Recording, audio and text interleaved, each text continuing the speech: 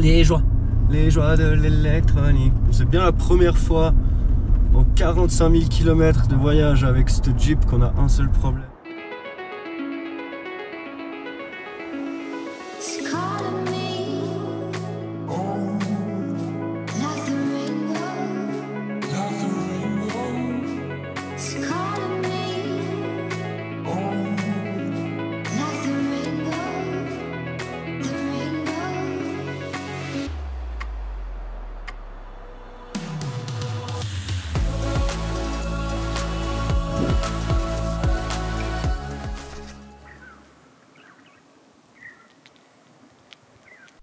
Bon, du coup hier soir on est redescendu à Leh, vu qu'il y avait le marathon sur le col, qu'on pouvait pas le passer. On est passé au magasin de bière, c'était fermé, du coup dommage. Et on est parti de Leh pour aller à l'autre pass qui s'appelle le Warila Pass. C'est le col qui est juste à côté de celui qu'on a essayé hier, qui est un peu plus aventure, un peu plus joli. Et là on est au pied du col, on s'est trouvé un magnifique endroit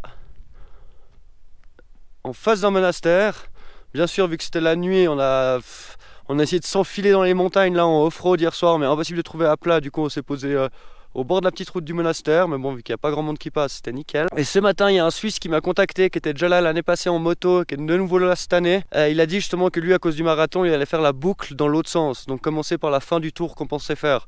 Et du coup on change complètement nos plans et on part pour faire la boucle dans l'autre sens, comme ça on va pas s'embêter avec le marathon. Du coup le Warila ce sera pas pour maintenant, on va partir direction le Tso-Moriri, qui est un lac d'altitude. Donc on est en train de regarder pour essayer de trouver des petites routes pour accéder au lac. Et comme ça on va essayer de rencontrer ces Suisses au lac. Et vu qu'ils ont l'habitude, il est déjà venu l'année passée, il a déjà bien étudié toutes les routes. Du coup ça va sûrement bien nous aider. Il a réussi aussi à accéder des zones qui sont interdites avec notre permis. Puis il a dit qu'il a réussi à accéder à ces zones.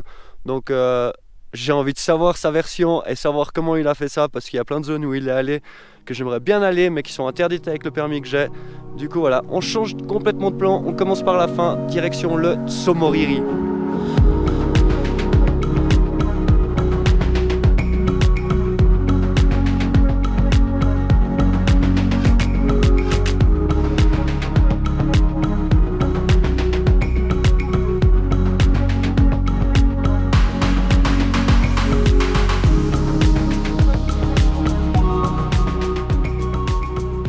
Bon ok, c'est parti pour l'expédition là. Bon, on a pris la décision de faire la boucle dans l'autre sens, donc de commencer par le lac de Tso-Moriri. Maintenant, il y a plusieurs problèmes en faisant la boucle dans ce sens là. Le premier, ça va être l'acclimatation, mais bon, normalement ça devrait aller. Là, ça fait plusieurs jours qu'on dort à 3600 mètres, mais on va tout de suite, le prochain campement va être à 4006 ou 4004. Et l'autre problème, c'est l'essence, parce que là on a fait le plein dans la ville de Karoo, qui est juste après Leh quand tu prends direction Manali. Mais c'est la dernière station-service pour les 600 prochains kilomètres. Heureusement, avec le deuxième réservoir qu'on a installé à Dubaï,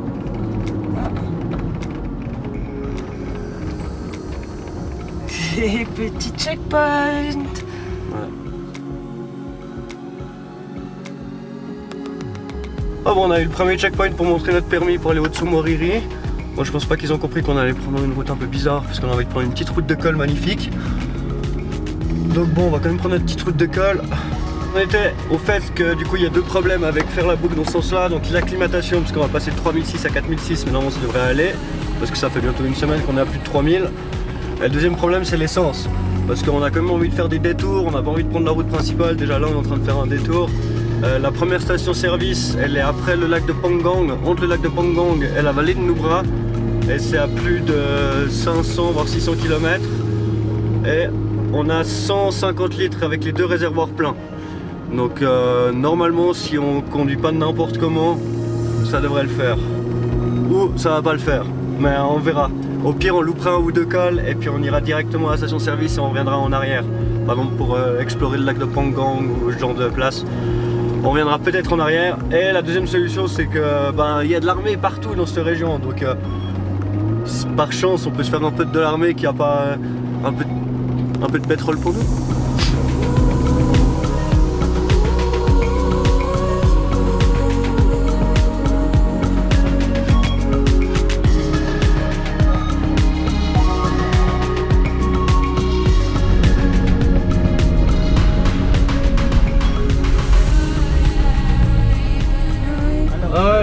हमारी गाना मैं कार ऊपर गई है हम तीनों Quoi? No Hindi.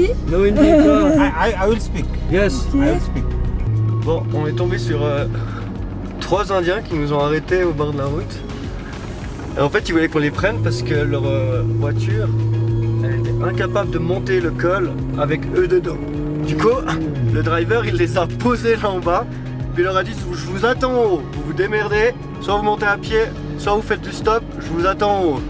Et du coup, voilà, ils sont bloqués là et ils attendent quelqu'un pour les prendre, pour les monter jusqu'en haut. Malheureusement, ben, On est full. on est vraiment full.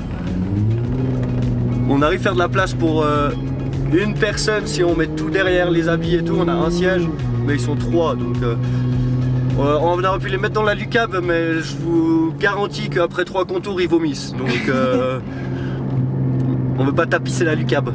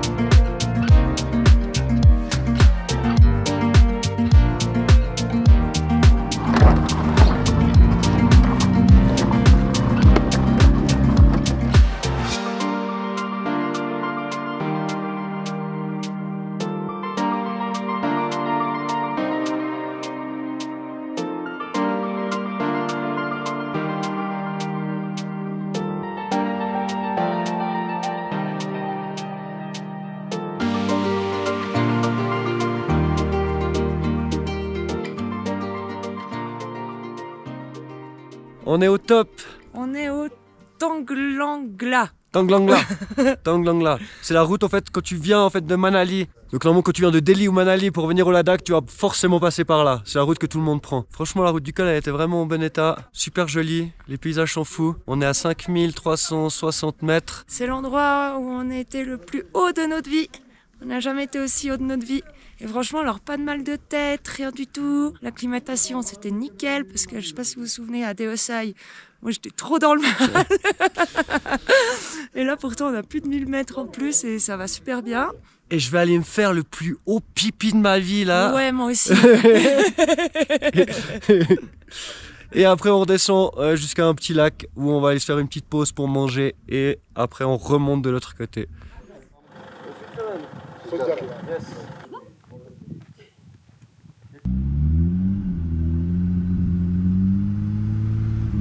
que je me la déplace, enlève-toi, ferme ça.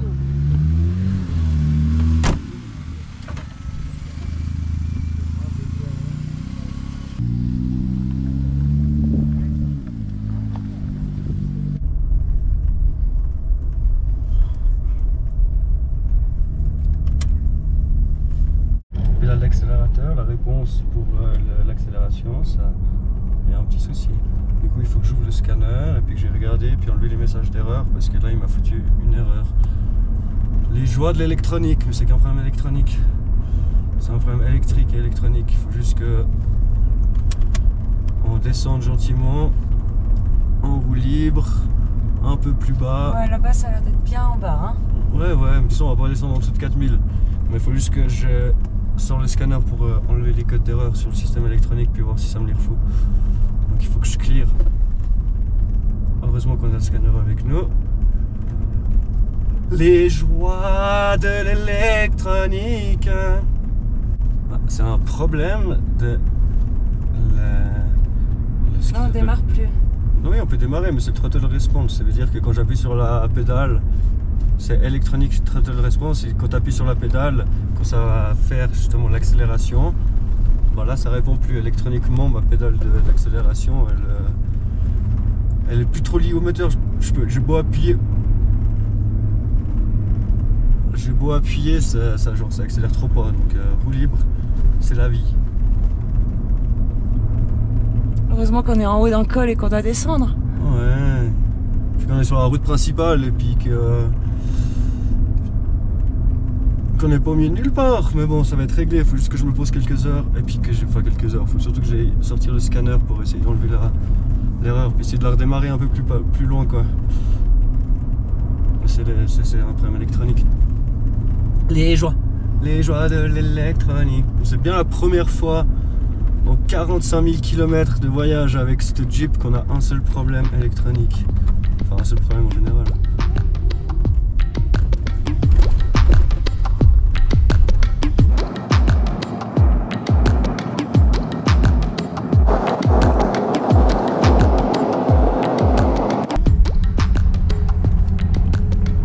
On est à plat là.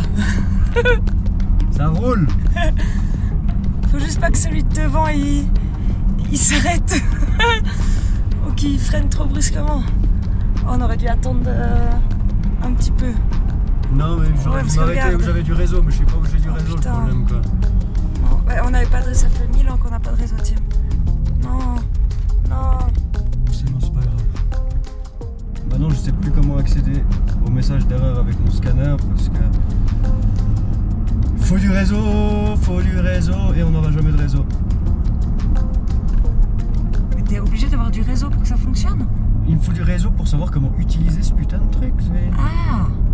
Je l'ai acheté, je l'ai branché, Amir il m'a montré, hop tu fais ça comme ça, tu cliques, clac. Je fais ok, il faudrait que je regarde ça pour me former là-dessus. Tu l'as pas fait. Je crois qu'on est bon. Les problèmes électriques, t'éteins la voiture, tu redémarres la voiture, puis plus de problème. Ouais, parle pas trop vite. Hein. Ouais, on va pas parler trop vite, on va essayer de faire de la route, on verra comment ça réagit et puis on verra. Pour l'instant en tout cas le throttle response, tous les problèmes électriques, donc throttle response c'est réponse de l'accélérateur pour faire français et le système de stabilisation électrique, tout ça a disparu, donc tous les problèmes électriques ont disparu. J'ai un petit émoi moteur, pour ça il faudra que je sorte le scanner mais je crois qu'on va y aller comme ça.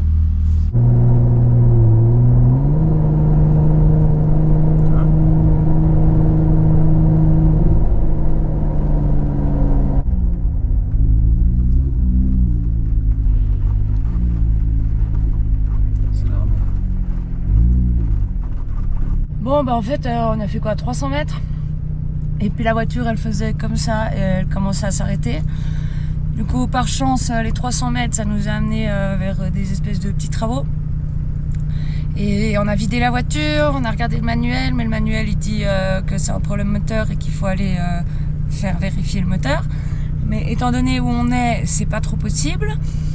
Du coup il y a encore par chance, on verra si c'est vraiment de la chance, une antenne, parce qu'il n'y a pas du tout de réseau où on est, hein, c'est dead, mais il y a des travailleurs du coup avec, qui sont en train de faire, je sais pas quoi d'ailleurs, je sais pas ce qu'ils construisent, il y a une antenne là,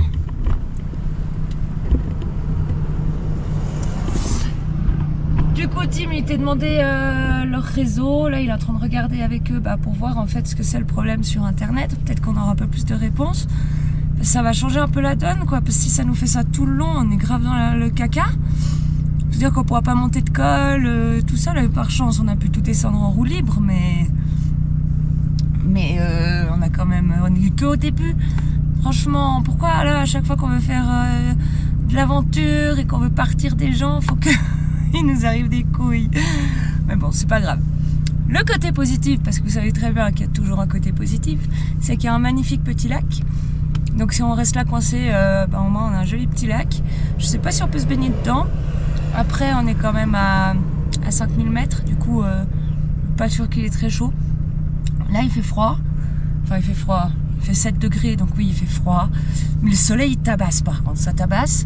Du coup, ça fait un côté chaud-froid, c'est assez... Voilà. Bon, on est au milieu de nulle part sans réseau, mais on a trouvé une antenne 4G qui appartient à ceux qui construisent les routes. Ils ont eu la gentillesse de me laisser utiliser leur réseau. Là, ils vont partir, du coup, j'aurai plus de réseau. Mais j'ai juste pu lire tous mes codes, regarder un peu ce que c'était les codes en ligne. Avec le scanner, j'ai pu accéder à l'ordinateur du Jeep, regarder tous les codes d'erreur qu'on a depuis le début qu'on a le Jeep, parce que je ne les ai jamais effacés. On a une pétée de codes d'erreur à cause de l'ABS quand on se prend des gros trous, mais bon, ça je le savais. Et on a un code lié à la pression barométrique, donc ça je pense c'est ce qui est arrivé à 5500 mètres. Du coup pour nettoyer puis savoir vraiment c'est quoi le code qui nous fait qu'on a le témoin lumineux pour le moteur. Du coup, je vais nettoyer tous les codes, je vais redémarrer la voiture, puis je vais regarder ce qui revient comme code, ce qui seront sûrement les codes qui nous font vraiment un problème. Du coup, je dois utiliser le scanner, nettoyer tous les codes, reboot le PCM de la voiture. Du coup, il faut que je la ferme, que je lui laisse 60 secondes. Il y a tout un truc à faire pour reboot toute la voiture. C'est super sympa l'électronique, on adore ça l'électronique. Et puis on verra une fois qu'on a fait le full reboot, qu'est-ce qui reste comme code dans notre voiture. Puis on espère que ce sera réglé, mais c'est loin d'être sûr. J'ai l'impression d'être dans GTA sur la PlayStation. Tu te rappelles quand tu faisais des codes pour faire apparaître des tanks? L1, L2, triangle, R2, en haut, en bas, L1, L2. C'est la même chose quoi. Là on la remet à zéro la voiture. Il n'y a plus de code d'erreur. On va aller rouler. Et s'il y a vraiment un problème et tout, puis que c'est pas que électronique, le code d'erreur il va revenir. Puis comme ça on n'aura plus que le code d'erreur actuel, pas les codes d'erreur qu'on a depuis 2 ans sur la voiture. Puis on verra ce qui est vraiment le code d'erreur actuellement. Mais en tout cas, il y a un code d'erreur qui est lié à la pression barométrique. Donc je suis sûr que c'est ça qui a foutu le témoin moteur. Redis, Zoé avait peut-être raison. Redis-le. Zoé avait sûrement raison. Redis-le. Zoé avait sûrement raison. Non mais en gros, le truc de pression barométrique, c'est que le capteur de pression barométrique, il était plus dans les limites données par le constructeur, mais bon on est à 5500 mètres, donc c'est peut-être normal que le constructeur il a pas prévu que tu es avec ton Jeep à 5500 mètres, mais bon, on verra.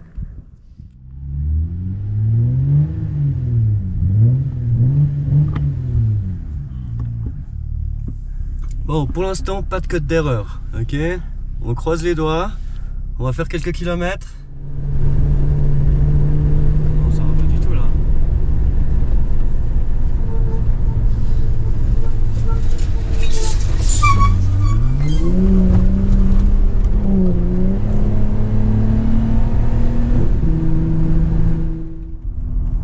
Ok, alors, oui, si j'ai du blanc sur les lèvres, c'est parce que je commence à avoir les lèvres trop gercées. Du coup, je m'hydrate les lèvres avec la crème pour les tétons gercés.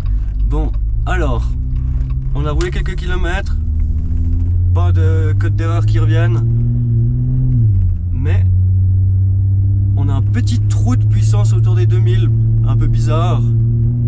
Ouais. Exactement là, exactement 2500 RPM. Autrement l'accélération elle va bien. Du coup on va prendre le risque, on va voir, on part explorer et Inch'Allah pas de problème hein.